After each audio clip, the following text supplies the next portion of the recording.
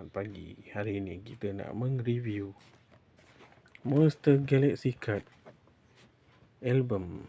Okay, nampak tak? Oh, sampai terkeluar frame lah. Besar album ni. Okay, so Monster album ni didatangkan dengan kad ni. Kad Boboiboy dan Ochobot. Dapat percuma. Beli je album ni dapat percuma.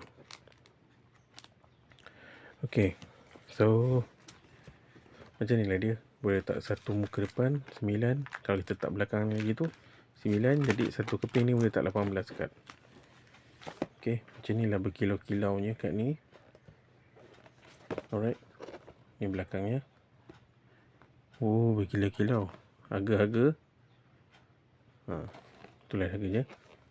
Okay, boleh dapatkan di kedai Oyen. Alright, so dia punya sheet ni, dia punya album ni punya kepingan ni ada 18 tak silap. Okay, kira lah berapa banyak boleh letak. Okay, so kulit dia ni keras.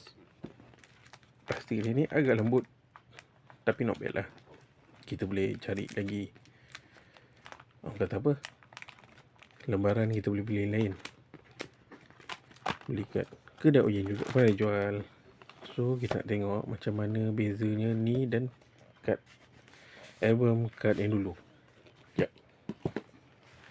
Ini album yang dulu, Galaxy Card Trading Card Album.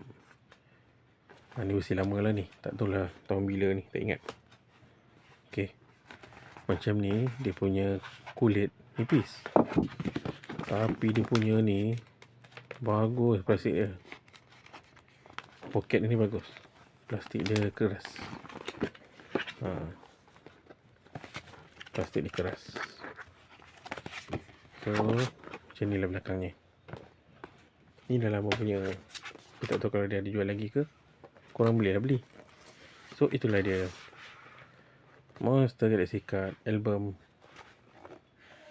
versi baru. Okay, thank you for watching. Bye bye.